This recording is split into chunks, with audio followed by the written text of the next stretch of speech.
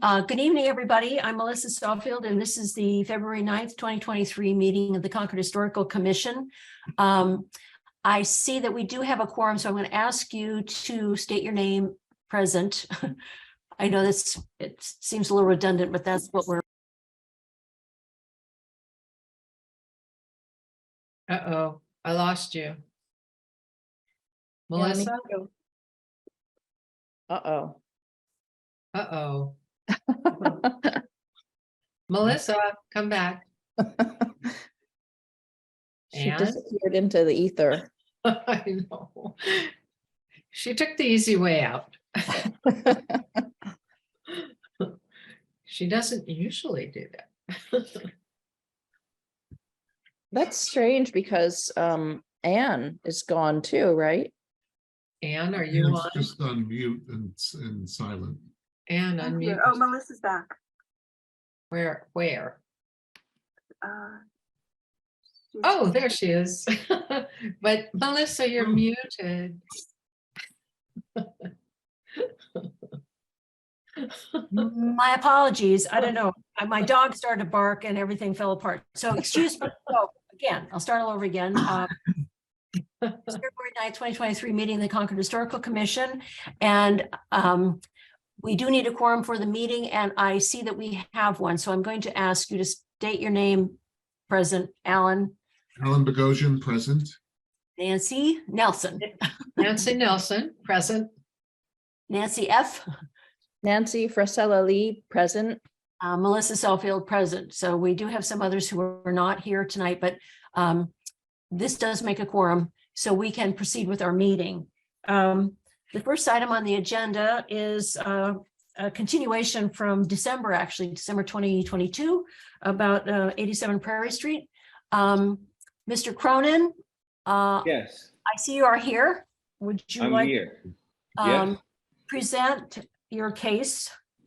I know that you and I have met with Anne several weeks ago. So if you would like to present your case, because we have imposed a delay on this pending additional report from you and your perhaps an alternative approach. Yes, my partner may be on the meeting. He's picking up his daughter at Logan Airport, so I don't know whether he'll join us or not, but Josh Naughton may or may not join us, but can you hear me all right? I'm here as well. Oh, Josh is there, good. Yes, what we would like to propose in order to expedite this and hopefully get a release from delay on a conditional basis is to basically build the same house, but do it with new construction. So it'll be the same design. We would add a garage on one end, but we would not demolish any of the, we would demolish the house if we could stick build it from new, but it would be the same house. It will look exactly the same. It will be the same street scene. So instead of building the house we contemplated in the first place, we would essentially give that up, build the same house, except we are asking if we could do that with new construction because it would make the house code compliant, energy efficient, and it's frankly easier to do than working with the ancient structure that's there. So, excuse me 1 second, did you have images that you wanted to show us? Josh, I'll go to you. We did submit. I don't. I proposed the idea with our architect. He was working on some concepts, but he actually ended up getting sick with COVID, so he hasn't had a chance to finish up for this meeting. Okay. So we were hoping just to kind of present the idea tonight, and if the board was on board with the idea of basically building a replica house to preserve the streetscape, then I would have them finish the work. And if that wasn't going to be satisfactory, I wouldn't, spend the money to have them go down that path. But that is our plan, obviously, as part of the condition to present you with a full plan, but it will look exactly like it is. And that's really what we wanted to see if we could get an affirmative response on tonight. And then we would finish that plan and present it to you, and it'll be the same house. The window placements might be a little bit different, but it'll be the same house. And yes. Be the same house with a garage attached, which would have a master bedroom above it. But we would not change the appearance of the house at all. It'll look just like it does in that picture. It wasn't what we originally contemplated, but for us, it's better to try to do this than to wait and wait, which essentially really becomes more than a 2-year wait from the time we acquired it to the time we would sell it. So it's a big hardship. So we're willing to essentially leave the street looking the same as it does today, with a compatible color. It would work with, it probably wouldn't be red, but it would be compatible with the other 5 houses in this 6-house subject area. So it would be on the same, basically on the same footprint you're talking about. Yes, With- same footprint. Attached garage and, yeah, okay. So But the idea, instead of let me renovating just- the existing house and adding a garage, we would simply build this house over again with a garage attached. Will be the equivalent. The main thing we're requesting, which would require demo, is that we are able to stick build it from scratch with new construction instead of using the parts that are there that are over 100 years old. So I'd like to open up to members of the commission. Questions? Nancy Nelson? Hi, Nancy Nelson. This is an interesting idea, but basically you're taking down a house that's preferably preserved, right? And building a new house. So in the end, you might have something that looks okay from the exterior, but you don't have a historic house anymore. So that's my comment. I don't know why you can't work with the existing house to make it more attractive to modern buyers or current buyers, but that was my first thought. Josh, you want to comment? well, I can. I mean, it would, from the outside, you have, it wouldn't be recognizable as a new house. It would, the idea would be a replica of an existing house, which is something I've actually done a couple times before. Up in Newburyport, in historical situations where we basically rebuilt it to look the same as what was there. So walking down the street, you would never know it was new, but it was new construction, energy efficient, and it just became more functional on the inside. I mean, my understanding that the reason why Jeff and I kind of came up with this idea was because what we thought we heard last time at this meeting was with the idea of changing the streetscape was what was really kind of an issue. We heard it from the neighbors that people like the look and the feel of that corner, which we get. So that was what we were trying to preserve and still, be able to construct a house that, like we said, was modern, energy efficient, but more practical than trying to rework, 100-plus-year-old house and with some compromise, heights and walls and all that sort of stuff. Are there other members? Alan, Nancy Frisella Lee? Yeah, well, Alan Bogosian, I guess I kind of like the look of that existing house there, but my question is, with an addition of a garage and a bonus room over the garage, what's the delta difference in square footage? It will actually be we're around 2,700 square feet. Including the It'll garage. be just about 2,700 square feet. It'll be by far the smallest house built anywhere in that area in this century. Well, no, The actually, average new house is 3,500 square feet. So this will be much smaller, the smallest new construction built in that entire neighborhood in this century. And just to be clear on that, what Jeff's referencing is within the FAR guidelines from the town. So that includes the garage space. So living area, we're talking really about 2,300 square feet, which is just about 1,000 or 500 square feet per floor more than what's there now. I think you guys are talking about zoning requirements and other building requirements. We're talking about whether or not the house is preferably preserved as a historic structure. Nancy? Do you have, I do have some thoughts about it. I'm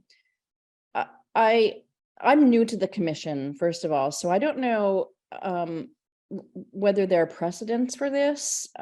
The purview of the commission, there's a reason why we have this demolition bylaw, and that is to persuade people that a historic house is a historic house. And even, I empathize with your all the points that you've made, but and what you're trying to do, but there's a flip side to it that I think is equally valid, and that is a reproduction of a house is not the same as a historic house. And it's the same in the art world. You can make a reproduction of a painting, but it's not the historic painting. It doesn't have the same value. And there are many people, of course, who want a brand new house, and they look for that. But there are plenty of people in this world who really value historic houses. I've had 2 old houses, and I spend a lot of time, and money renovating them, resolving issues and internal issues. But I value living in an old house with all of the history that it carries. And so I just feel like that we would be setting a bad precedent. And, our motivation is not to cause you hardship, but it is to preserve historic houses and to persuade you hopefully persuade you to work with the house that's there. It's not in a historic district. If it were, you'd have further hurdles to jump over. So, and our reasoning is limited. Our ability is limited. So we can just try to encourage you. So that's just what I want to say. It's not an ancient structure. It's an old structure, but it's not ancient. no, Well, it's not a very marketable property as it is today. I mean, we bought it to build something new there. And what we don't want to do is just wait out the demo delay and then build a new house, which would not look like that at all. What we're trying to do is something here that would be good for everybody and make sense for us as a builder to stick build it from new. It will be a far more efficient and code compliant home than it is today, and yet it will look the same. So we're really trying to offer something proactive here, rather than just wait out the demo delay and then build a new home, which has happened 19 times in that neighborhood this century. This would be the only one that the only house that stayed the same, and the only house that is as small as this.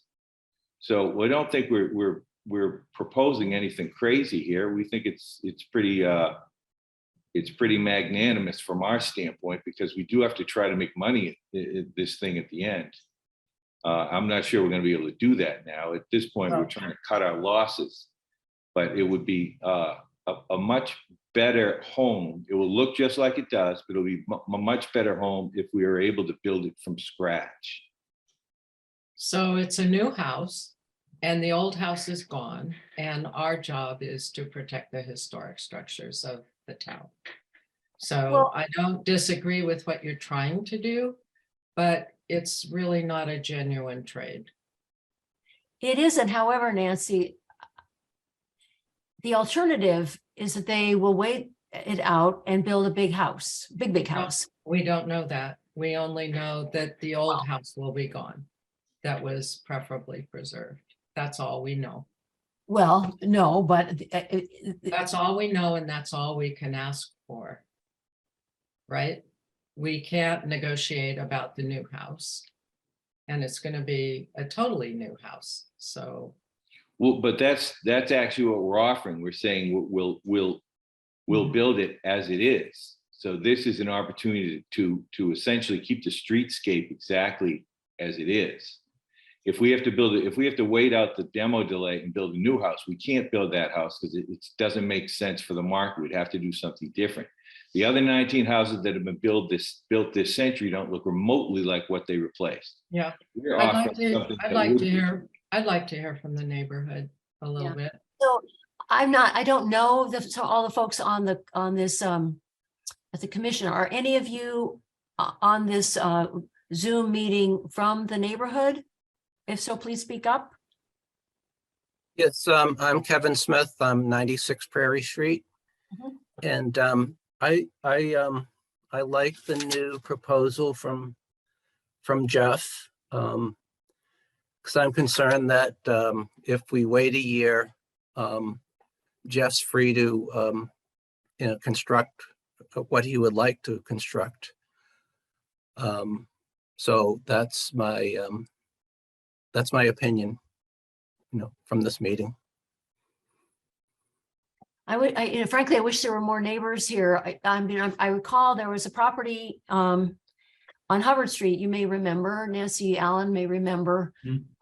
The gentleman wanted to tear it down, and a lot of the neighbors came and stepped up and said, no, we want it. And we agreed, very much so. He did not tear it down. He renovated from within, and the exterior as well. And it was beautiful new construction. It's On the inside. on the inside. The outside was fixed up. Some people would say, well, that's a brand new house, even though some of the bones of the house still exist. And Yeah. I asked this, I'm concerned. I agree with what you and Nancy are saying. However, I worry that if we allow this to be torn down and a huge house be built, we've lost the character the character of that neighborhood.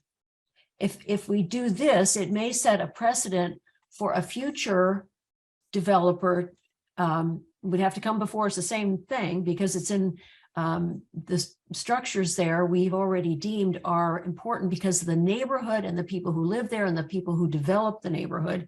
The house in and of itself is not architecturally distinctive. It was not created by an important architect. I think I found it. You do? But at any rate, so I mean, I Wait a think. minute, found what? I don't know. Oh, I'm sorry. It was me. I found the microphone. Sorry. Oh, so at any rate, it's kind of a dull, because people could say that the house on Hubbard Street is a brand new house too, even though they No. didn't tear down the whole house, but they completely redid the inside and a good deal of the outside. But they didn't gut the house. They worked with the bones of the house. Right. Well, they gutted a lot of it. They changed a lot of it, but they did not gut it, and they did not tear it down. And the original exterior of the house is still there. And so there's a lot that can be done with the interior of a house. Melissa, And do I anyway, our qualify as job a- is, I don't think our job is to negotiate what the next house will be. Our job is to talk about the existing Well, house. I hear you. But if part of what we are concerned about, I think a lot of Concord is concerned about the McMansionization of our neighborhoods. Right? And it starts by tearing down houses. So I'm just asking, anyway, I'd like to know, are there other Do I- folks do on I- this? Nancy? Melissa, do I qualify as a neighbor? How come we can't talk? So I guess my concern is that I'm seeing my neighborhood being McMansionized. And Yeah. it's, Yeah. If he could just stop talking. and even though that street is probably, that house is 300 feet away from mine, 400 feet away, I'm just concerned that the McMansion hasn't really hit West Concord in this area yet, but I think this will be the start of it. So Finish talking. I'd love to see the house stay as it is. And that's our intention, is to leave it, the exterior just like it is, with an addition of a garage. And we can save the front door. So we already checked that. So the existing front door would stay. There's not much else that Yes, we can. would be worth saving, but we'll keep the front door and the house will look precisely like it does today. No, it won't. It just really won't, but that's another conversation. I see a lot of other people look like they want to say So, something. Mr. Moore, you have your hand up. Mr. Moore. Hi there. Thank you for taking my comment. Yes, my name's Eric Moore. I live at 45 Francis Street. I'm in a butter to 87 Prairie. So I respect the commission's desire to stay within its purview. You know, my concern, I'd love to see the house stay as it is. You know, that's out of my control, obviously. I don't want to see a bad house be built. And frankly, I feel, so I don't understand, you know, if Jeff and Josh, if the investors make the proposal to bring down this house, once it's down, is there any constraint on what they put back up? Modulo, with the exception of what the ZBA would approve? The I mean, they're approval- saying, oh, look, you know, we're going to build the same house with a nice garage in the back. But once it's down, it's down. And I don't know that there's anything other than trust that you know, enforces that they build a nice house, that they build the same house again. So I'm just asking from the commission's perspective and understanding, is there something more than trust involved here? Well, I can speak to Well, that. I this mean, would- what we're just asking yeah. for tonight is that this concept is worth pursuing. I mean, we have plans done that historic would have to sign off on as a condition of moving forward into the next phase. Right, So, this would be conditional. I mean, if So everyone, I if don't, we excuse me, get a excuse me, consensus. would you please identify yourself? Is it, we don't know who's talking. Oh, I'm sorry, I'm Josh, Jeff's partner. Okay. So I'm But so the sorry, what idea is, with tonight was, the idea tonight was just to see if, you know, building the reproduction that would maintain the streetscape was, you know, was favorable, then we would, you know, work on finish up the plans, and obviously a condition for No, moving so the- forward, we would expect this historic would have to sign off on the plans. But in terms of maintaining the house as it is, it's you know, it's 1,300 square feet with some challenges inside. So that, you know, it can't be preserved as it is as 1,300 square No feet. good. So Yeah, you our need a options bigger are house. exactly. We You don't need need a a huge bigger house, house. but it needs to be bigger. And I think the other one on Hubbard that you're talking to, if I'm thinking about the same one, had a bigger footprint to start with, so it didn't require adding additional square footage. This one really needs to have square footage added to it to make it a viable house today. So, I think there are other neighbors, you know, if you would raise your hand, you're, okay. Hello, Mr. Bill and Hess? Sherry, Okay, yes, please. go ahead. Just, I'm sort of in the same mindset of as Eric. I live at 102 Prairie Street, where I'm diagonally sort of across from 87 Prairie Street. I do love the house and I love the way the neighborhood looks. I like the idea of, you know, if I understand that knocking down a house is easier than to try to renovate sometimes a house that's difficult to do. And if he were to somehow, his proposal, he's going to be able to knock it down in a year anyway, because that's all, I think that's all the historic commission has. Yeah. So Yeah. I don't see the problem with, if he's going to keep the same. I understand that once the house is gone, it's gone, but it's just really boards and plaster, and if it looks the same, it's beneficial to the neighborhood It's a better quality house. and a better quality house for the neighborhood. And you know, I have no problem as a neighbor having him do what he is proposing. The problem, not the problem, but the concern would be, how do you make sure that things don't change as it evolves? Right. That's a Well, good point. This would be a condition that we would agree to with CHC and the town. So we're not going to go willy-nilly. And I know Eric was worried about this too, but we certainly don't expect anybody to take our word for it. So we would submit an actual build plan with the elevations, and we would be held to that by the town. And we have no problem with that. We're not trying to game anybody here. We're basically saying, here's a way to keep the streetscape the same and build a house that's modern and functional and will not upset the look of the neighborhood, which has happened 19 times this century all around the area, the 154 houses that are in the nearby streets. None of those houses are replicas or look anything like what they replaced. We're proposing to do something that's different. Some do. Yeah, I'm right there with you. If we can make sure or guarantee that all that you said would happen, it'd be great. Bill? I just wanted to say to Josh and Jeff, thank you for your thoughtful proposal. I'm hoping that we can come to an arrangement that works for you and for the historical commission and for the abutters and the neighborhood. So you guys have kind of come forward with an imaginative approach, and I think you deserve to be acknowledged for it. Thank you. That's our goal. I didn't want to kill the conversation. So. Shelley Amster? Yes, I'm at 44 Prairie Street, and both houses on both sides of me were sold and bought in the same structures they are. One of them is an antique and had an opportunity to have this happen, and I'm so glad that the Cusin family bought it and kept it in this antique form, because I live behind me now are sitting 3 almost $2 million homes that are making my house look like a shadow of a dog house.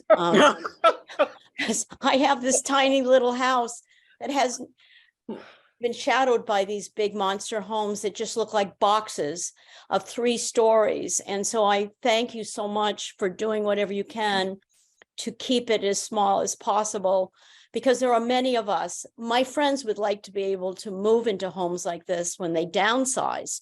It's not, or a family like my son, who has been trying to buy a house now for 4 years, keeps getting bidded out of coming back to his home.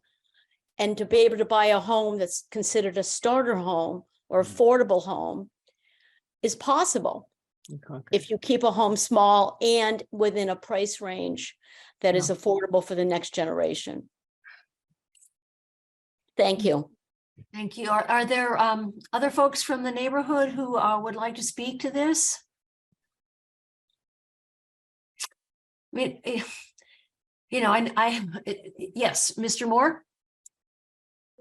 Thank you. I've already spoken once, but thank you for allowing me to speak again. I think so. So the ask here is, as I understand, you could rule out Jeff and Josh's proposal. You could approve it, or you could say that we need to think about it a bit more. I think the question of precedent and purview are both pretty important here from just a town perspective. Yeah. And I would ask that you take the time to think it through a bit more. I think, I'm really sympathetic to Josh and Jeff in terms of their commercial objectives, but at the same time, they knew what the FAR was when they bought the property. So they know that they knew then at the time of purchase that the upper bound for a new structure would be about 2,700 square feet. That's a given. So, and I also feel like, again, I understand the commercial question, but I also feel like, they're making a threat in effect. Here's a good offer, right? We're going to build a facsimile of the current house as it is, with a thing in the, with the garage in the back, subject to zoning requirements. Or if we have to wait, we're going to maximize our returns commercially and build whatever we think we need to commercially. And, I've had a long dialogue with Jeff about, build a nice house for the neighborhood. And it's taken a lot of effort to a lot of iterations before they've really come around to, we're going to do something that we believe is the right thing for the neighborhood. But it's all commercial. It's all commercial. And so I want these guys to succeed. Technically, they're neighbors. I want to see a nice house. I want to see this preserved. But it's really, really hard to feel, I don't know what the compliance mechanism is going to be. We're going to do something with the town. It's really hard for me to sort of go forward in an affirmative way without more detail, more information, and more trust. Trust is verified. So I appreciate the offer, but I also don't feel confident that this is the right thing for the town to do at this point. Oh, So, thank you. No, Well, thank you. if I could just speak for a second to Eric's comments. We have no intention under any circumstance of building a McMansion. We haven't, we've built 30 houses in Concord. None of them I would call, well, a couple of them are pretty big, Yeah. but they were fit the neighborhoods up on Alcott Road or whatever. But we don't build McMansions, quote unquote. We have two houses near you on Conant Street, 45 and 67, which are very nice homes. They're very reasonable, and they work in that street. And we helped bring Conant Street to a whole new place. We were the first ones there. I'm also a lifelong resident of Concord. I have undying respect for my hometown. I've been here maybe longer than a lot of the people on this call. So we're not looking to do anything cowboy-esque. We haven't done that in the first 30 houses, and we don't plan to start. So there's no circumstance where we would build a McMansion there. It just wouldn't look like it looks today. And that's essentially what we're offering here, because, and it's not a threat or anything. You know, the town has leverage over us because we can't just proceed. But now that we've all had time to think about this, I think we're offering something that's very reasonable, and we have to figure out a way to do this, to emulate that home in a way that we can get out of it without losing too much money. But we're willing to do that. We could wait. We're a very large builder. We could wait for a year. Not every builder could do that, but we would much prefer to make everybody happy. We do not want to have any neighbors who are upset with us. So once, if we can get the basic okay on this concept tonight, then we will finish the plan, we'll do the elevations, and then we'll meet with all the neighbors. And we'll say, well, here's what it is, because we can't do anything willy-nilly, because we're going to be under an obligation to do what we say we're going to do. And we don't have any problem with that. We will be adding a garage and some space over that. So we do want everybody to understand what that looks like, but we could do that even if we didn't demo the house. So we would like to get everybody happy with us, and that's really what we're trying to accomplish here, rather than wait another year and then do something that you might not like as much, but unfortunately would be more economically viable for us. So we think this is a good compromise, and we appreciate everybody listening to us here tonight. And Well, maybe it could be a good precedent for other cases like this, because any big builder can outlast a demo delay. We wouldn't have done this if we knew there was a demo delay. And I realized we knew it was over 50 years. We had no idea it had historic value. Otherwise, we would not have done this just for the complication of it. But now that we're in this, we're just trying to find a good solution for everybody, because then that house is going to look like that house for the next 50 years.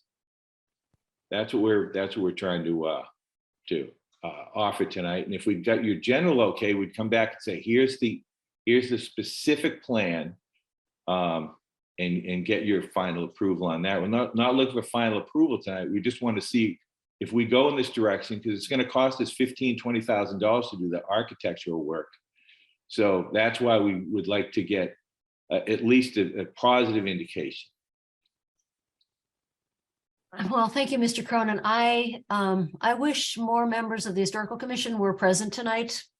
Frankly, I would appreciate their comments. I clearly, I mean, just judging from the other members of the commission, I don't think we're in a position to make a recommendation one way or the other. Would that be fair to say, Alan, Nancy, and Nancy? Yes. Because I appreciate the historic value of this house and the property. I also would hate to see the delay go. You're not tethered to anything. And I know you say you wouldn't build a McMansion, but then maybe you feel, well, I have an opportunity to make some more money. So we don't, as Mr. Moore has suggested, I wouldn't want to be pressured into a decision here. So I think what I would prefer is if we could on our own, consider what we are, reflect more on what you are proposing and what's at stake, what we may lose, what the precedent could be. I don't know. It seems to me that we've had a lot of different demo delay hearings, and each one is slightly different, which makes it very challenging to. So any other comments from the commission members? Would you agree, Nancy? Yep. I would just say that there's nothing that would prevent the builders from doing the house that they are talking about after the demolition delay runs out. We would have done our job by saying that it's a house that's preferably preserved. The Historical Commission has seen several houses where the builders have said they're hopelessly deficient in code and structural steadiness, and ultimately somebody else has bought the house and preserved it, or they have figured out a way to work with it. Sometimes the facade and just the basic framework of the house is preserved. So those are options, I think, that are good options, and Have they ever been? builder here, there's nothing that would prevent him from doing a respectful house even after the demo delay runs out. No. I would also agree with Nancy. I think an important part of this whole process is educational. If the applicants are saying that that they wouldn't have purchased the house had they known that there was historic import to the house, and not just because it's old, but that there were real reasons why it deserves a second look, and it deserves a chance to have people fighting for its survival. That's the education of builders, and it's really an ethical choice for builders when they're working in a community like Concord. And I really do sympathize with you, and I really believe that when you say you're members of this community and that you respect the community and you don't want to harm the community, I believe you. But as a commission, we have a certain job. So this is almost an impossible thing to vote on, because we can see both sides, and we can see that it could end up being, you could end up, it's out of our control what occurs after a year, but the year has a reason, and it's educational for everyone, for the applicant and the commission and the neighbors. And so, I have a very hard time deciding what to do, because it just seems that it's really ethical. The questions are ethical questions. And I value historic houses deeply, and many people here do. Thank you, Nancy. Yes, Ms. Herford? I think you're muted.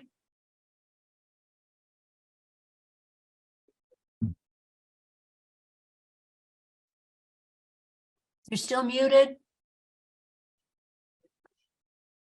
There's two screens going. Secret Lives. Can you hear us now? Yes, I hear you now. Yes. Yep. Thank Oh. you. My question is, the commission, the Historic Commission, do you have you ever approved something before the demolition, the 1-year waiting period? Have you ever done that in Concord? Do you have the authority to allow something to happen before the year is up? Yeah. Yes, we have, there have been instances where if the builder, homeowner, whoever, the applicant, we ask that certain conditions are met, perhaps it's documenting the house with floor plans, photography, and that meets our standard, or what we feel is adequate for documenting the house and the history of the house, the occupant, whoever designed it. Yes, we will consider that, and it has been done. So if he were to have his architect draw up the plans and kind of reconvene with the Historic Commission with more paperwork or plans to show what they can do, would that help in any way to moving forward for them? With this? I don't I think we can't make answer that for the rest of decision. the commission. I think the sense I'm getting from the members, other members, is I think we may want to wait another month and maybe do some of our own research on the property ourselves. Okay. I mean, I agree with Nancy. You take the house down, you rebuild it. It's a new house. Right, but it's, We- but we- eventually it will be a new house in a, in about Uh, 8 months to go. There's still there, but there's an opportunity to take the facade and repurpose it as a new house when you would renovate it, as Nancy has suggested. So I don't, that's not our job. to No, I design understand. homes. Our job is to weigh on the historic value of the house, the site, the neighborhood, and yes. I feel really, really, really uncomfortable trying to negotiate a compromise solution here. I don't think that's what we should be doing. Forgive me for jumping in. Could the historical commission Speaking, make this deal tonight? Do you even have the authority to They said they- make this deal? Well, we have the authority to say that the house is preferably preserved, which is what we voted on last month, or 2 months ago. And we can restipulate that. Which means that the time that the house must be under a delay, it would to be another 10 months if it dates back from December. I actually need a clarification on that. I'm not entirely sure if that would be from December or if it actually be from tonight. If we actually voted to declare the house preferably preserved and took a vote tonight, the delay would begin starting tonight. Oh, Oh my Oh. God. Oh, I have to disagree. This is Josh, the owner. Your bylaw doesn't say that. It says 12 months from the original Right. notification. Well, 12 months from the public hearing, and that's what I'm asking. That's why I said I need clarification and I need a little help from maybe Ann and our council. If we, This is the second public hearing. You've already had the first public hearing and you already took the vote and made the determination. So okay, the clock started ticking 2 months ago. so it would be roughly 10 months from now, the remainder of the year. Right. Yes. So, so then I would look to the members of the commission. Are you prepared? Do I have a motion? Would someone make a motion to restate that we vote the house to be preferably preserved and remain that that the delay is still in place? I'd make that motion. I think. That Please. we would reiterate what we had said before. That it's preferably preserved. Is that the motion that you're Yeah, asking? so put it in motion format. Yeah, then I would do that. You don't even need to take a motion if it's already determined Oh, Okay. okay. That would that's just what I'm stay looking for. as it is. Yeah. So Anne, do we even need to take a vote or just the sense of the commission or what? This is new turf for me, us. I thought you were going to be continuing to the next. Well, but the conversation is continued and I'm getting a sense that there doesn't seem to be a purpose to continue if we want to remain committed to the preferably preserved vote that we took 2 months ago. Because you don't want to send the builder developer back to the table when some No. of the critical issues have to do with the historic nature of the house and whether or not it should be preferably preserved. I mean, if we are not going to entertain his suggestion, which would be to tear the house down and rebuild it, kind of in a similar format, same footprint, similar facade with the additional connected garage, then I don't see the point in having a pursue any of that if we're not going to allow it. Support it. Yeah. Yes, I agree. So Alan, Nancy, I just would like to get a better sense from both of you what your thinking is. I guess I would like to stay on the track that we started a month ago and just keep it on the historically preserved list, Yeah, me too, preferably preserved. preferably preserved. The Nancy? clock's running now. Okay. I really appreciate the fact that Jeff and Josh are paying close attention to this, and I hope they'll continue to, because that's, you know, it's happening in that neighborhood is happening to other neighborhoods, and it's kind of sad. Unfortunate, not sad, unfortunate. Unfortunately.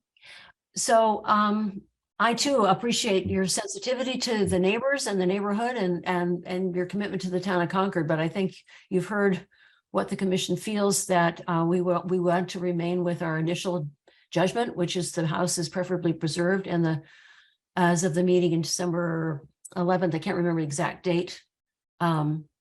Your time frame is remaining 10 months, I think. Okay, I guess we get our answer for tonight. Yep. Thank you. Thank you right. very much. No, thank you. Yes, and it doesn't make any sense for you to, I think the work should go into what your ultimate plans are. And I hope that whatever you do build there is sensitive to the neighborhood, as you stated. Sure, it will be. Yep. Thank you. Okay, I guess I'm going to sign off and Josh will sign off, and you can go on with the rest of your meeting. I'm sure you'll miss us. Yeah. Thank you very much. And thank you to Thank the you. members who have spoken.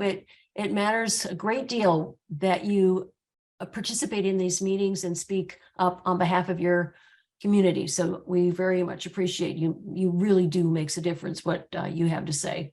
So I'd like to move on Okay. to the next item, which is a continuation, is about 900 Tanglewood Drive, another challenging project. I see Mr. Youngblood is here. Hello. I know I was able to see some of the documentation, but the stuff in the Dropbox I wasn't able to see. Anne tells us that there are something like 300 images found of the That's house. correct. The submittal was 304 pages, and it was about 285 pages of images, and then some other artifacts around the property. If you'd like, I can share my screen and show you, just do a quick run through of the stuff that's not images. Oh, okay. Let's AJ, let's just let Paul drive. Paul's our counsel here, and he's speaking on behalf of my company. Thank you, Madam Chair. Paul Haverty, Blattman, Bobrowski, Haverty, and Silverstein. Jim, I mean, I do think it makes a lot of sense to run through whatever documentation we have available. Yeah, and you can share the screen and while you're speaking, we could be looking at the images. There you go. That's Muhammad Ali. That's a historical document right there. Yes, it is. My guy. The greatest. So the imagery that's up here now is the original submission. Is that what you guys were hoping to see, or were you hoping to see the supplemental submission that was sort of an order of condition at the last hearing? I think this, I saw this. Did other members of the commission? This is a few pages. This has some beautiful pictures of the interior that used to be.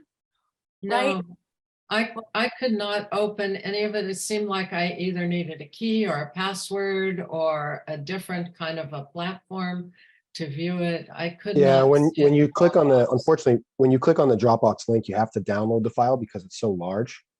So if you didn't download the file, you wouldn't be able to view it on Dropbox. Yeah, I think I tried. I've looked at things on Dropbox before, but I didn't have any luck. So AJ, are you able to get up any of those images on the screen? Yeah, absolutely. We've got them up now. Is there one hard copy someplace? There is 2 hard copies with the planning department, and we have Ah, an additional Okay, one at that the might office be as the well. easiest thing for me to just go look. Yeah, so I mean, we do have floor plans of the original structure as requested. Okay, these are not dimensioned, but they're scaled correctly, right?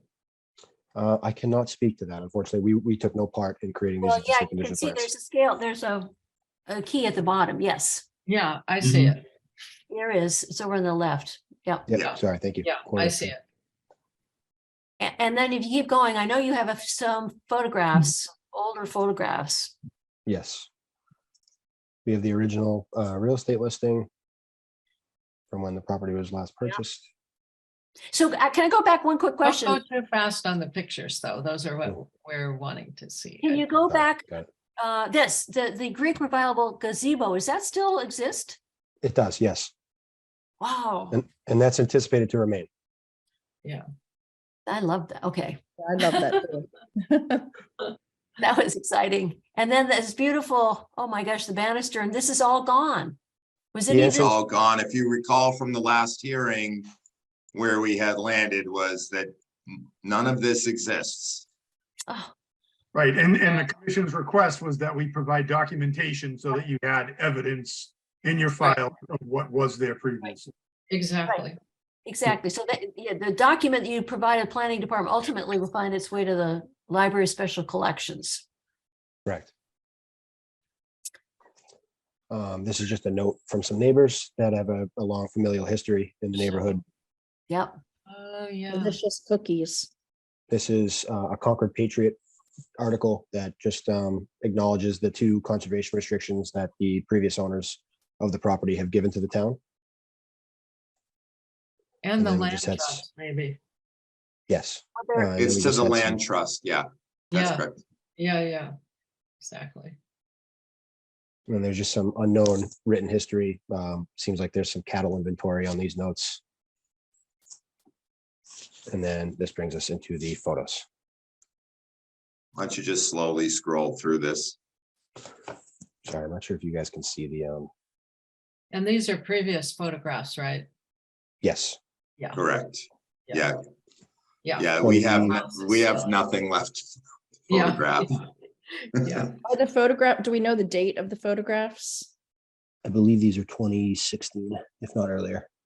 I think 2015, that's sorry. probably circa 2015, 2016.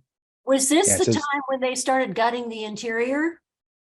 They didn't simply gut the interiors, they also took down large sections of the exterior, but yes, so there was a Yeah. previous project that was architected by Charles R. Meyer Partners in Cambridge. Okay, And the project was permitted and commenced and then was paused by the homeowner Yeah. Wow. about 5, 6 years ago. wow, so this is, none of this exists anymore, right? No, Mm-mm. no, it's, hang on a sec, go back. So it's simply this rear part of this photo, the plywood, the box that's there with a bit of a chimney sticking out of it, I believe, and the siding and a lot of the trim is all gone. And This section was completely removed. that section's completely removed, correct? This is the area on the plans that's shown as the kitchen. Yeah. These are very helpful in terms of documenting the house. Sorry, my computer seems to be acting up here. Showing the same picture over and over again. That is. Oh, look at that. You know, that's not there anymore. Is that, no? Is that there? Nope. No. Nope. Just In fact, the area around it has all been blasted and excavated to grade, and new foundations, as is indicated in our original submission, have been poured. Most of which will be, some of which will be repurposed, but most of which are just abandoned. Not useful anymore, right? No. Hmm. Wow, quite a place. So In the interest of kind of, I hope this is okay, moving along, the members of the commission could view these at the planning department, all these pictures that you've got. Right. But I think we have a sense of what it once looked like, but now could we go back to what it looks like today? Because Yes. what you're requesting, unlike the last applicant, Wow. there's a whole lot of original material gone. Yeah, and the inside is, Gone, we've seen the inside is all Yeah, gone. we've seen the inside. I think I remember though from drawings you presented before that there were certain aspects and elements of the interior that were original and you were either going to retain them or reproduce them, or is that we're correct? reproducing all the trim profiles Right, right. on right. both, and mostly focused on this exterior, stop right there, Okay, on the cornice across the top and the coins, the door and window trim. It yeah. will be okay. cedar sided again.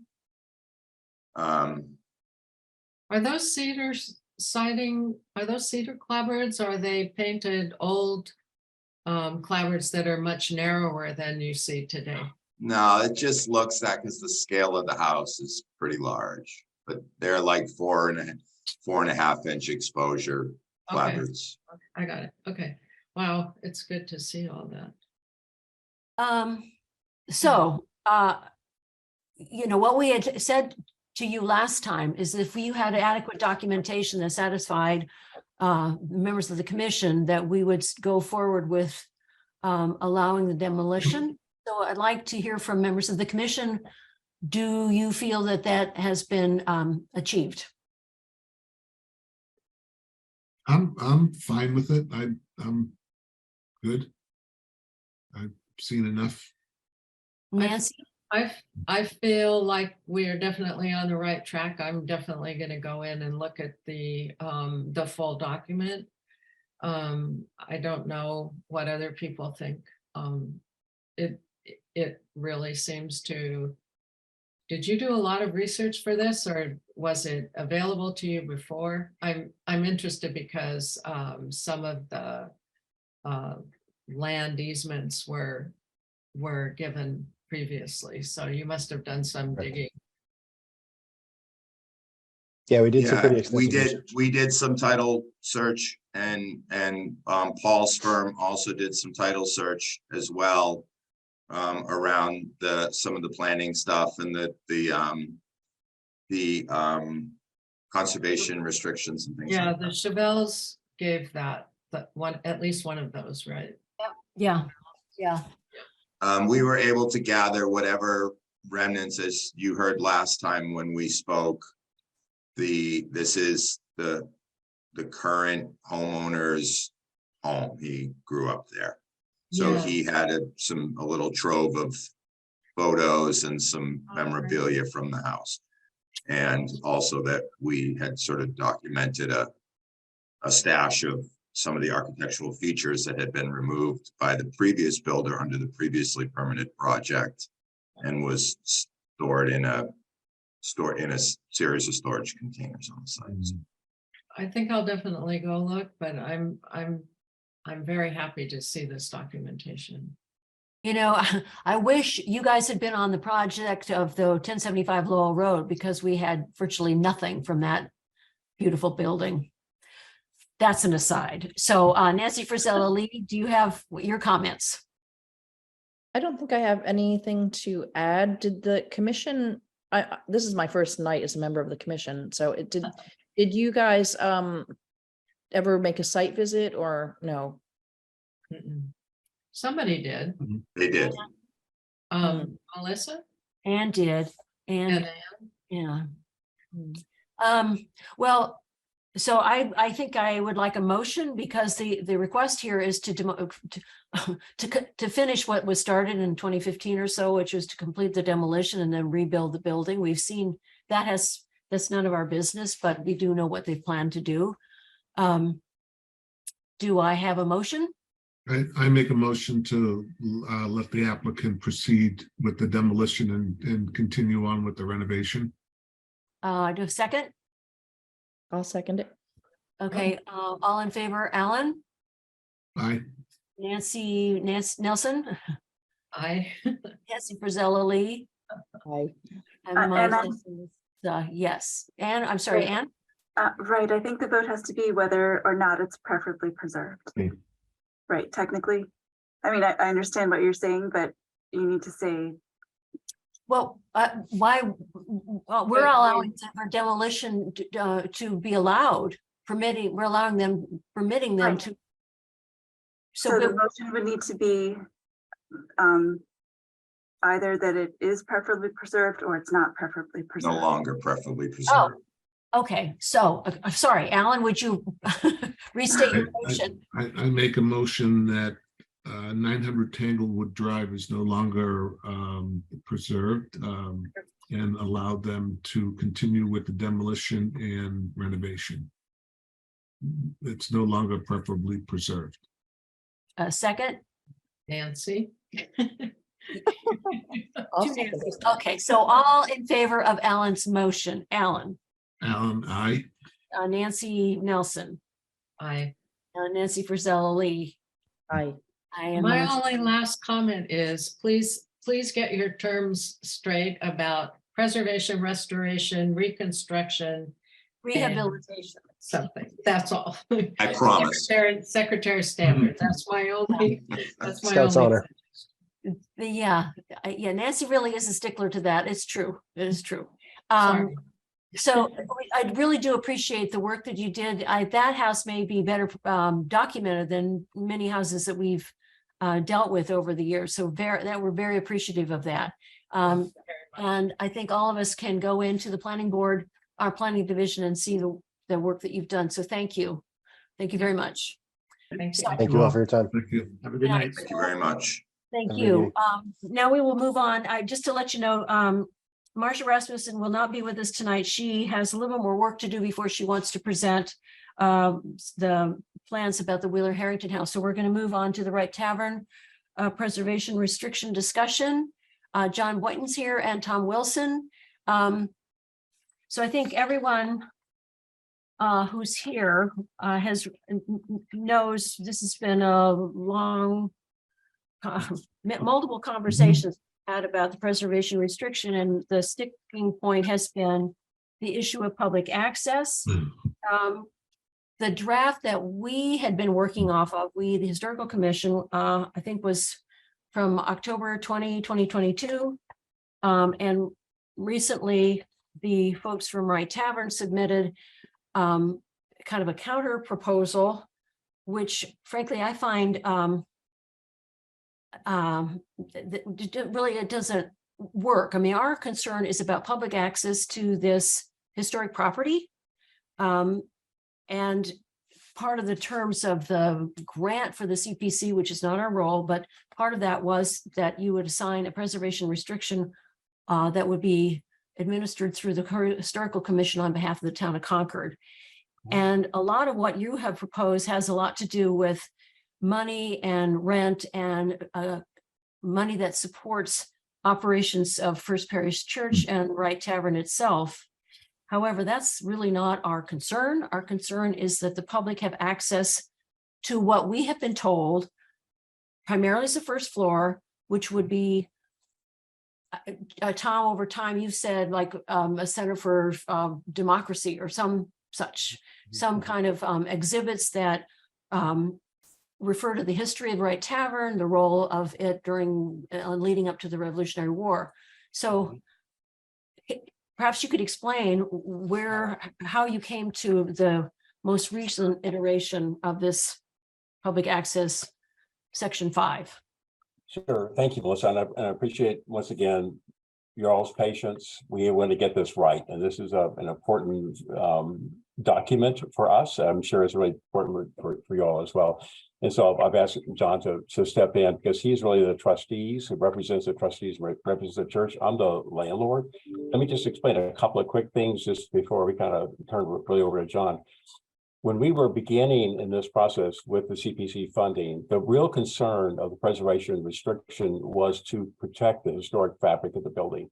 And we went through a process with Spencer, and they identified roughly 150 items that are, you know, doorknobs and walls and beams and all kinds of things that are going to be preserved as a function of this agreement. And that was what we thought was going to be the most important thing. We took that I took that personally to the congregation and got an approval. Everybody was really in support of all that, willing to turn over, if you will, the protection of those historical elements in this building. And so that was sort of the intent that we were moving ahead, and then it was fine.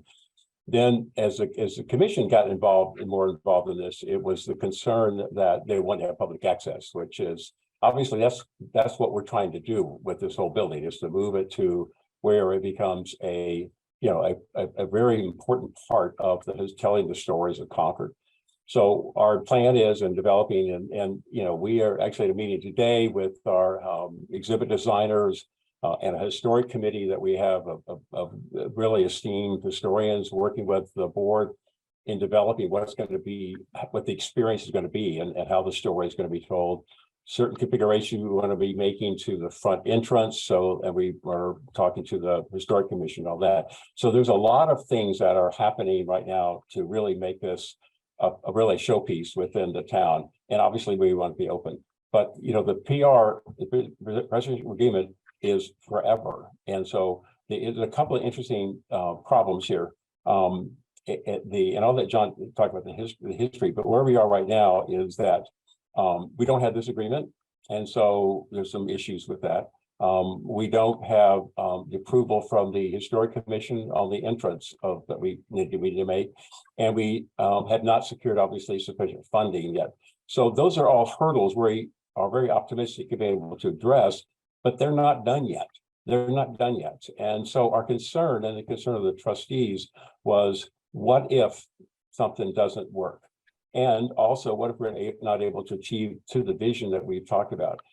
The Wright Tavern has been an important element of First Parish, has been since 1885. It's been a source for revenues and income, not a lot, but it's substantial a part. And what's really important is to make sure that we can find an agreement that if by chance the historic commission does not approve, the historic district commission does not approve our entrance that we need, and we're stuck with the way the current configuration, or we're not able to create sufficient funding, or there's some other things that happen sometime way in the future, the church is really stuck with an obligation that is going to be very difficult for it to fulfill. So we're looking for a way to find an agreement that meets y'all's concerns, which we're in the same place to have it really open and accessible to the public. At the same time, something that has the protection of the church interest to make sure that it's something that it can maintain as a building. So that's the kind of context I wanted to remember, because the important to me, you all have to decide, but the real value, I think, of the preservation restriction is in the protection of the historic fabric, because that will occur regardless of what happens if it's opened or not, which is, there are other properties in town that have that kind of thing. So it's really important for us to get to an agreement around the public access so that we can achieve all of our goals that we're trying to accomplish. So with that as a kind of a context, let me pass the ball to John Boynton, who is a trustee of the church and has been very much involved in that. And I'm just a tenant, I'm just the guy that's renting the place. So I don't have much role. And I think it's really quite appropriate now between the conversation between the historic commission and the trustees. Yeah, Tom, thank you. And thank you guys for making the time to listen to this. I talked to Melissa about this several weeks ago for the first time, and she thought it might be helpful for me just to explain a little bit about how the ownership of the Wright Tavern is structured, because I think that's relevant here. And just to give you kind of a sense of this, the trustees of First Parish are the ones who maintain the church's modest endowment, and also the properties, including the White Cottages and the Wright Tavern. We've owned the Wright Tavern for 137 years, but our duty is to look after those assets of the church. And I'm in my 10th year as a trustee. And so my story with the tavern itself on this project really began from the moment I joined the trustees. Back in 2012 is when the trustees first began to think about preserving the property in a perpetual kind of way. And we started doing some improvements. In 2014, we convened a committee that we called the Wright Tavern Exploratory Committee. Tom was a member of that committee. I was the organizer as a trustee, and Nancy, in her former role as the superintendent of the national park, was actually one of the people who advised us on what we ought to do. I remember. I think you said you were there to make sure they didn't get crazy. But the goal since, for the past 10 years has been, how do we do two things? How do we both preserve the structure and make it accessible to the public? So this has been a campaign we've been working on in one form or another for over 10 years. And so we are genuinely excited to see this progress, because it feels like we're very close to a successful conclusion of that project.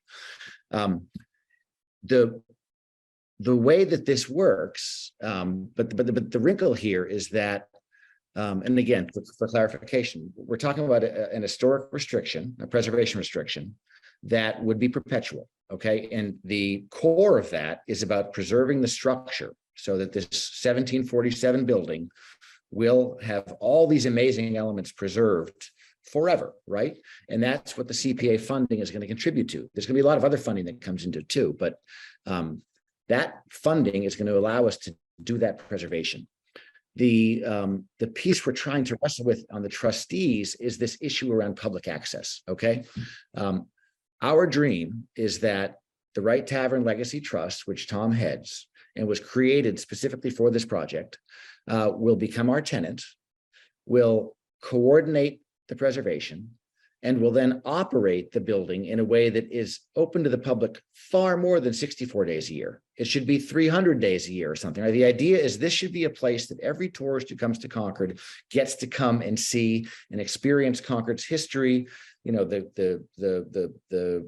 first provincial Congress that met there, its role on April 19th, 1775. There's so much history that happened there, right? So we want that to be available to everybody. The problem is that we recognize that not all projects succeed, okay? And so in this particular arrangement, we will have a 10-year lease with the Wright Tavern Legacy Trust, which has two 10-year extension options. So basically it takes it out 30 years. And the trust, as I'll call it, will pay rent to the trustees because the Wright Tavern is a significant portion of the money that we generate as trustees to support the church's operations. We generate about $50,000 of revenue a year, okay, which goes not only to provide maintenance to the building, but the bulk of that goes to the church to support its operations. And that's been the case for 137 years. This has always been an income generating property for the church.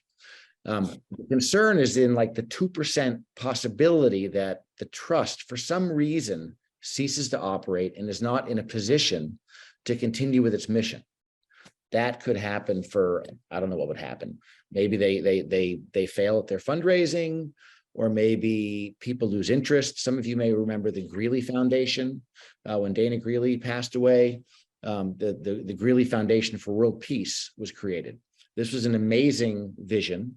The group raised a lot of money. They operated for like 25 years, and then the trustees just kind of ran out of steam and they shut the thing down, right? Good things do come to an end. What the trustees are trying to avoid is a scenario where, for some reason, the Wright Tavern Legacy Trust ceases to operate. The building kind of comes back to the trustees to operate, and we've lost the income from the lease, and we can't replace it with income from other tenants, right? That would be a big disappointment. But we as trustees don't feel we can make a perpetual commitment to have it open to visitors, because 10 years, 20 years, 30 years in the future, it may come back to us, right? We are super enthusiastic about the preservation restriction and are so excited to see that the trust actually gathering the resources, gathering the human resources, and moving forward with this project. But we just don't think that it's in our fiduciary duty to encumber the church with an access restriction that is forever, because we just don't know what it's going to be like in 50 years. We don't know. And so we don't feel that we can do that in good faith to the church. So what we're proposing is language that was drafted by our attorney, Nadia McGurthy. I think some of you have met her. That to us seems pretty reasonable. Basically, if you look at the bottom of the one page that we sent, and Melissa, shall I share this or? And can you, Anne? I can share it. There. Okay. But if you look at that language at the very bottom, this is what we're proposing by way of a compromise. In the event that the Wright Tavern Legacy Trust determines that it is unable to continue managing Wright Tavern, and the lease of Wright Tavern, dated, hasn't been signed yet, by and between the trust and First Parish Concord and the trustees, if it's terminated, then the public access requirement shall terminate. And we feel that's necessary because, again, this is like, I don't know what the odds are, 2%, 5%, 1%.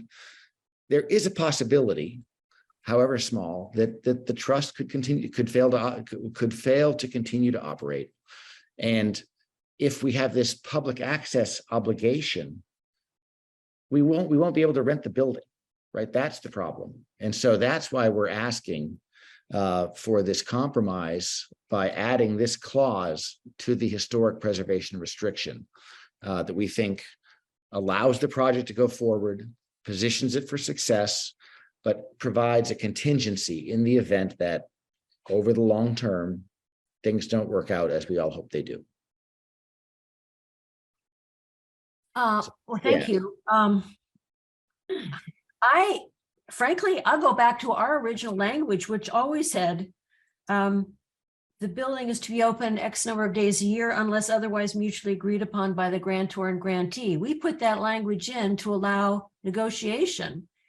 I don't understand why you object to that.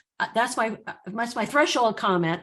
The other thing is all the issues that you have about your financial responsibilities really is not our problem and that's not what we're considering. We know that the town through the CPC has given you a large sum of money to care for this building. And we are concerned about the town's investment in that. And that's why the whole issue of public access came out up in the first place. That and Tom's very enthusiastic presentations over the past year plus about the exhibits that would be available there. We had a public charrette about what could be held there. So it struck me certainly that this is something that the public should have access to. We came up with 64 days, and that really meant nothing. It could be something in between April and October, tourist season in Concord. But I would not support the language that you have proposed at all. Let me respond to your. I understand it's all about money. I understand that, but for us, it's about the public and the building. I know you don't share the fiduciary responsibility that I do to the members of First. I know you evidently don't care about that, but I appreciate it though. I appreciate it. It's not our responsibility in this instance. Right. I want to come back to the comment you raised or the question about why does the existing language not work? And my comment here is that for those of us who've been around town boards, and I think many of you have served on a number of town boards, they go through different cycles, right? And sometimes you'll have a board that is full of agreeable, creative, engaged people. Stop. Other times they're not always as agreeable, creative, and engaged. And so creative but not agreeable. Yeah. My concern is that if we were to, that language basically puts us, let's say that there's a future commission or a future whoever we have to negotiate with, and there are a bunch of ornery people who, for whatever reason, have their bond, they don't want to let us have, then we're stuck. We're stuck. And as this can't go forward without the trustees agreeing to these terms because we own the building, right? So So how that's- about this? what's that? So how about this? The stability of the structure and the preservation of the structure is important to the public in general. The exterior look is important to the public in general, because no matter what you do on the inside, Wright Tavern will still exist in some form and be able to be shown to the public. One option might be to, CPC and the town meeting has authorized about $560,000. We don't know what we're buying. And maybe it's premature to, I know there's this big push for 250th, but frankly, I don't think that's the thing we should be worried most about. We should be worried most about what happens to the tavern itself. So perhaps the focus should be on this structural integrity of the building and the exterior work. Some of what we've given you overlaps. So the categories overlap between the first grant of money and the second grant of money. And perhaps you should first figure out what you're actually going to do with the space. And then that should come back as a third request. And any money left over from the first two for the structural rehabilitation of the building, or if that, I can't remember exactly. I can't remember if the elevator was going to be CPA funds or not, but I think there's been a problem raising money. Is that fair enough to say? So maybe it's premature to have this discussion about anything except for ensuring the structural stability of the building. So you're saying remove access as a parameter of the restriction? Well, we don't know what, we have no idea what public access is going to look like. We have no idea. Neither does the Community Preservation Committee. I sit on that as a member from the Historical Commission. We really don't have a plan. And I think I've been saying this from the beginning. And at one point I abstained from voting for this with CPC because we don't have a plan and we don't know. And instead of having the Wright Tavern Legacy Trust hanging out there trying to raise money, maybe not being successful right now, I don't know how we can say we're going to not worry about, we're going to go ahead and do all this interior and public rehabilitation and then it goes away. I mean, that doesn't seem right. We'd like to see a firmer foundation. Speaking for myself, I'd like to see a firmer record in terms of what it's going to look like, what the fundraising has been like, where you think your success is, where are the challenges, is it still feasible? Maybe that's the question. Is it still feasible to pursue this bigger vision? The other thing I would bring up, we have not signed this preservation restriction. We could go back and revisit it. Because what Nancy has said, we have been saying all along from the very first time I think you presented, Tom came before us, we asked the same question Nancy has just posed. What's the ultimate use? What is the plan? And we've seen a variety of plans, but they're not consistent. So we don't really know what we are being asked to support. And we put in the public access because on the belief of what you have presented, and it only struck us as appropriate that the public should have access. I think the public benefit is key to CPA funding. Yeah, if I'm not mistaken, I'm pretty sure. But it's just we agree 100%, 100%, right? And Absolutely. we think 2025 is an important target to be aiming for, because Concord's going to be an even better place to visit if the Right Tavern in its new embodiment is done for that period, that time when everyone's going to come from all over the country. So we agree with it 100%. And the Right Tavern Trust is off to a fast start. So there is no fundraising difficulty or anything. We don't have any idea what's going on and what's being successful and what the progress is, what the plan is. We have no idea. And I Okay. don't think CPC does either. Right. So we hear wonderful ideas. I'm looking for some concrete numbers and some Numbers about the project? concrete plans. So Nancy, let me see if I can address your question. We have been working for the last almost 6 months, I would say, really in more intensity, the last 3 to 4 months, with Amaze Design and with Spencer Preservations to do exactly what you're saying, to design the building, to design the flow, to look at what the exhibits would look like. We are at a point now, which is why this meeting is kind of, timely. And by the way, we didn't want to share much information because it was still work in process. In some level, it still is, but we met today actually with both the board, the Maze Design and Spencer Preservation met today with the board and with the what we call the history experts panel, which is people like Bob Gross and Ryan Hanley and there's Ann Forbes and there's like 7 Dennis Fiore, David Wood.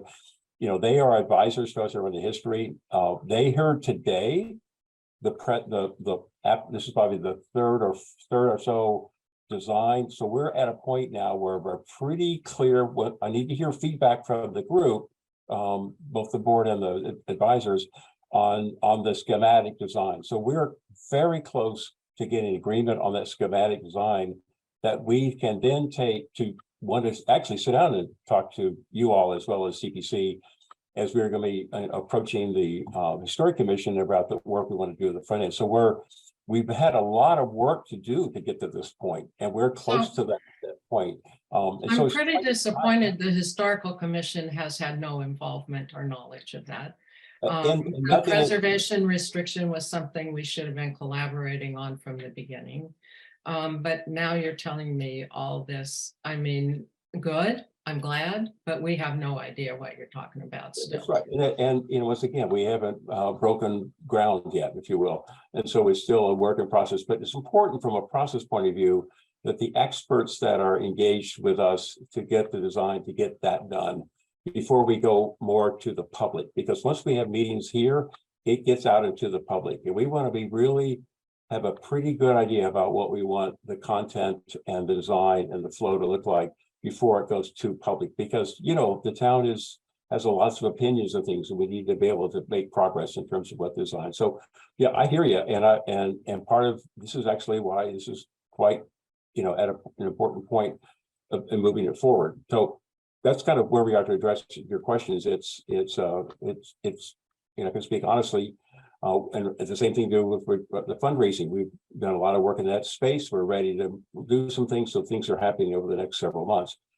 So the question really is, and I really appreciate your questions. The thing that's really most important that we have tried to do all the way through this is to preserve the historic fabric that's in that building, to really showcase the things that are really elements, the critical elements that are in that building, and tell the stories that are involved.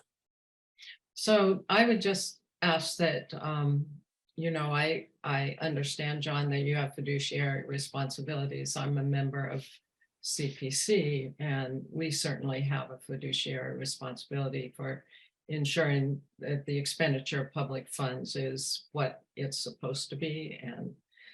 And frankly, I think you might have an issue with CPC in terms of, what are you doing? What have we bought? What's the progress? I don't know. I don't think have you been talking to anybody on CPC? Not to my knowledge. Nancy, I don't think no money's been expended yet. Yeah, or very little. I understand that money is being expended because you've engage consultants and. We've actually had we have some reimbursed expenses. We've gone through the process and Ann's been working with us on that. So, you know, it's beginning to pick up as now we know this is a sort of measure twice, cut once. We want to make sure we have the designs in place with what the repairs are going to be. So there's work on the repairs, you know, the issues with the roof, the issues of the flooring, the basement, et cetera. All those things are now becoming clearer because we know what design is going to be, what the load is going to be. So Tom, at one point you said you were going to design for the number of visitors anticipated. Mhm. That's not ensuring the structural stability of the building. That's planning ahead for public use. And we don't know what the public use, I mean, we just don't know we don't know what you're doing. Tom, can you clarify, aren't the structure, all the structural work is going to be done? That's being queued up, Is right? going to be done or has been done or is being done? It is. What's the status?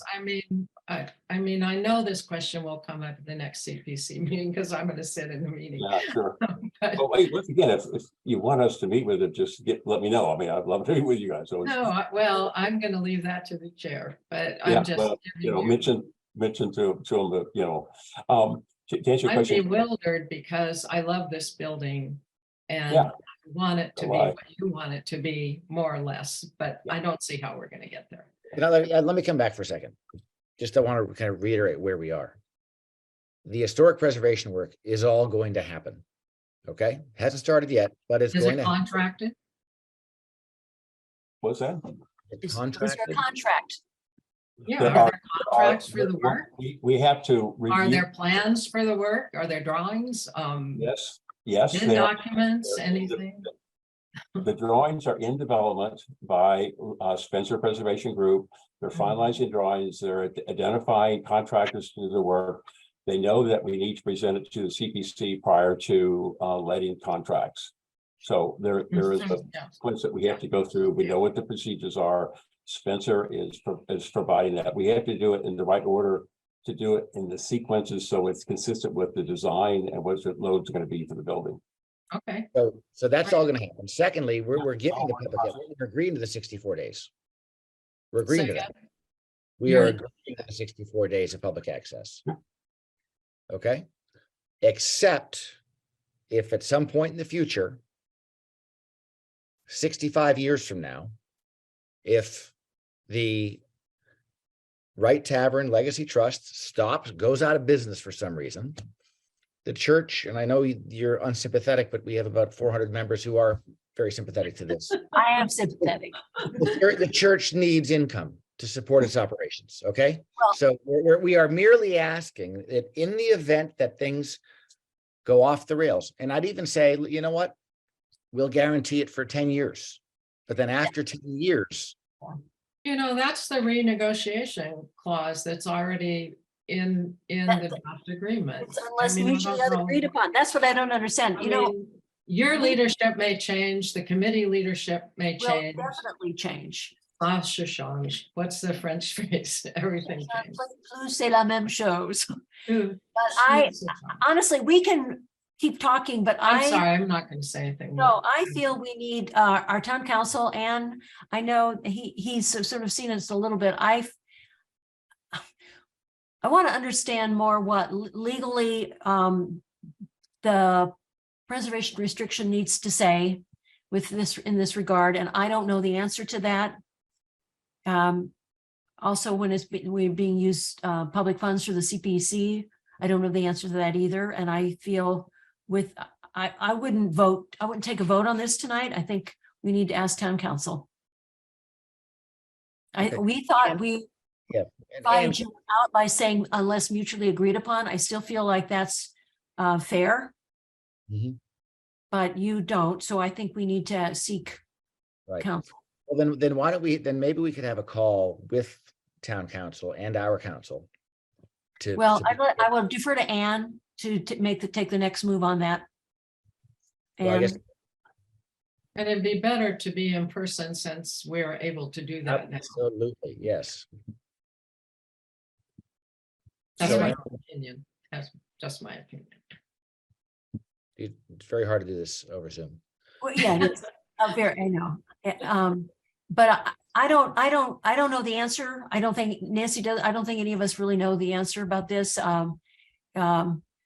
Because there hadn't been the stipulation of preservation restriction was to be signed, I believe, before money was spent. Before the first money was supposed to be. Yeah, the second, it really applies to the second one than it applies to the first one.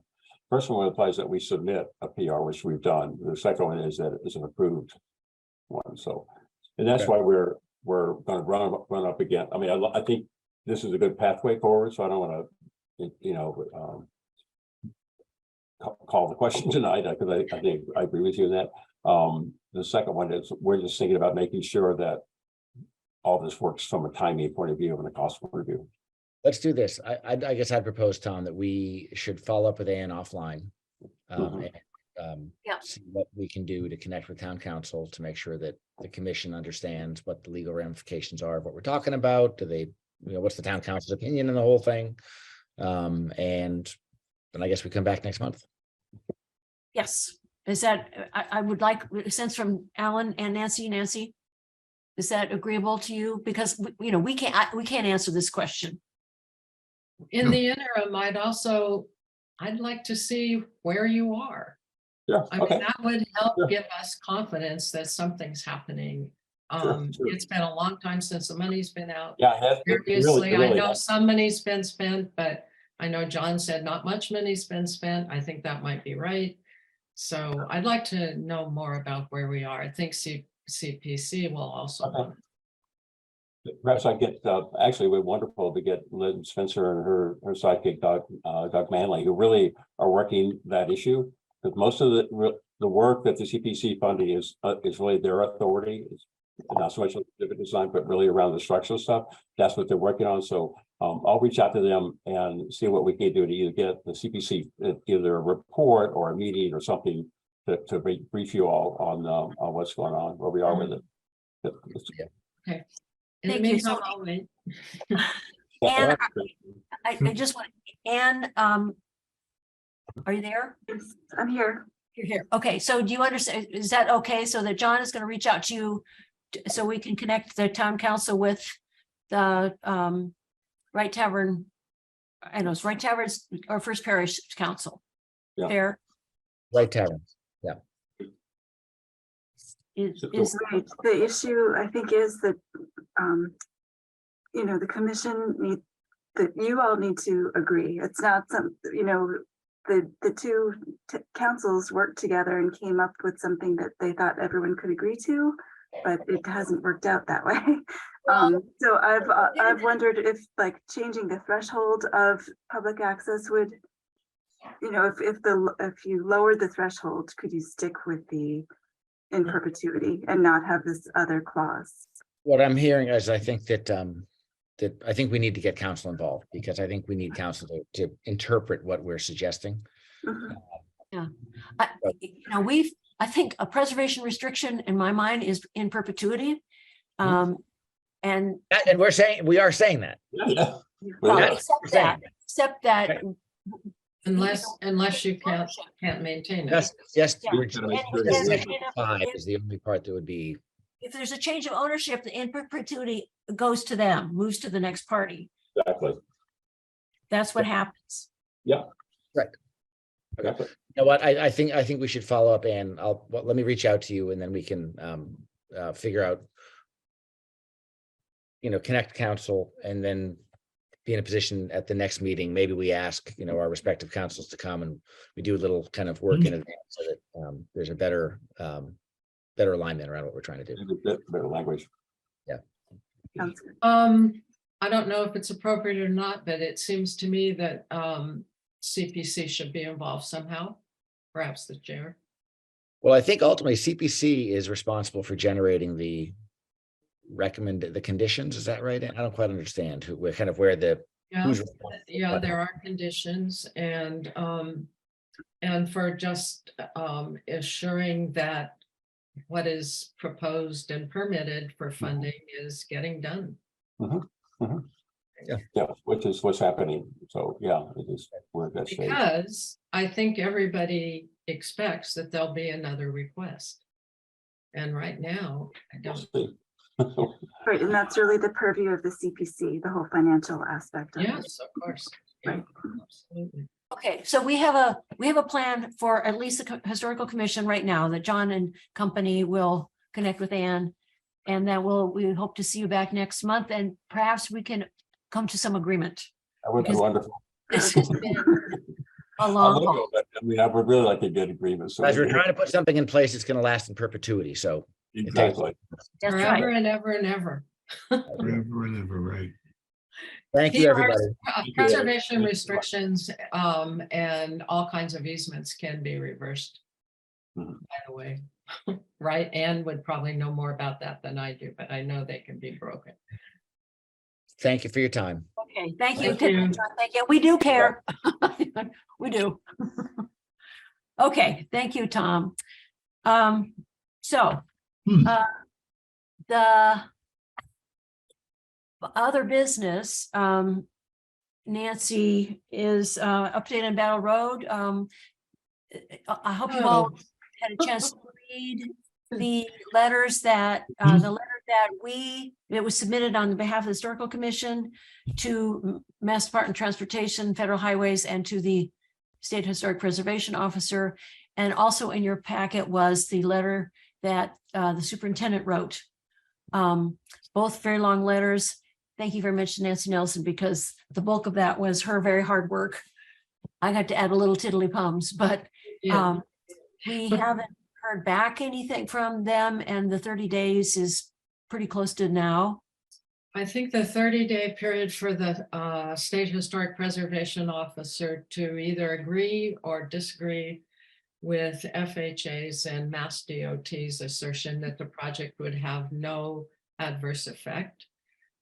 She has 30 days to comment, after which it's presumed that she concurs with what they've written. So I think my understanding is that the State Historic Preservation Officer often waits until the very last minute. By my calculation, her 30 days ran out today. Maybe if you were counting a little bit different, it might be tomorrow. So we're still waiting to see where we are. If she concurs either by her affirmative action or no action with FHWA and DOT's plans for Route 2A, then it's appropriate to do what we've talked about before, and that's request that the Advisory Council for Historic Preservation step in, take another look at the project, maybe bring some people together to have another look and see what might be done. So that's sort of where does anybody have any questions? I've been so in the weeds on this that I can't see straight, but I think one thing that people may not realize is that at the last meeting of consulting parties, they proposed 3-foot wide stabilized gravel roadway edge repairs that are basically supposed to be for bicyclists and walkers along Route 2A to have a more stable surface. So it could be 3 feet on either side of the road. It could be, and it's throughout the project. And then there's other sections of these stabilized gravel things that are 5 feet wide and many feet long. And Lincoln has a path beside one of its streets that's 8 feet wide, and all told, these stabilized gravel road extensions account for more than a mile within, just one segment of the major segment of the project, but after Lexington Road 2A intersection. So it's kind of in the weeds, but that's where we are.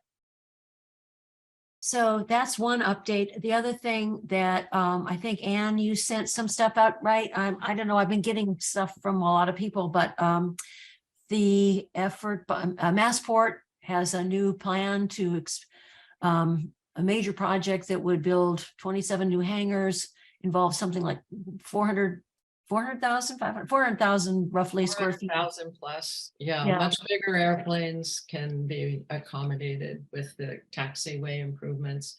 There's gonna be a really fancy lounge for the private jet owners and maybe an antique airplane museum at the old Navy hangar. Some guys in Groton have historically wanted a museum, so they have a better place to park their antiques. Mhm. I just don't see how with all this construction that they're gonna shorten this road up with all the traffic that's gonna be going into Hanscom. I just You don't. mean the Hartwell Road, the little Mhm. Hartwell? Road? Yeah, that's, I mean, Right. I It's- mean, There's these gonna be cars planes, going everywhere. these planes are big cargo planes and Right. potentially passengers up to 250. Right. No, it's a So- big project, so. Sure. So, you know, we will be sending more materials to that, and perhaps, I don't know, Nancy, would there be someone that could come speak to us? Could you recommend, who would be a person from Massport come to the Historical Commission? Is that fair request? No, you don't do that.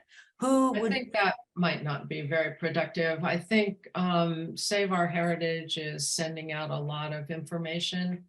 I can send these links to you guys to the Lincoln Squirrel. That's their newspaper. I love that. The Lincoln Squirrel did a great article about this, and there were several links to the environmental notification form, which gives more information about the scope of the project. But their article alone is a very good summary of what's proposed. And then Save Our Heritage has been sending out to their supporters things that they can do. I know the towns are now awake. And I know Concord's paying attention. Lincoln's definitely paying attention. Bedford also, because the impact would be in terms of traffic is going to be immediately apparent on this little road that leads to the area that they want to develop. So Anne? My understanding is that the select board needs to respond in a letter by next Tuesday, February 14th. Valentine's Day, right? Right. February 14th, right. Is there right. something, could you all write a letter, or is there some information you'd like to share with the select board to have them consider to incorporate into their letter? I know that Marcia Rasmussen is working on a letter to the select board, and I provided her with some information.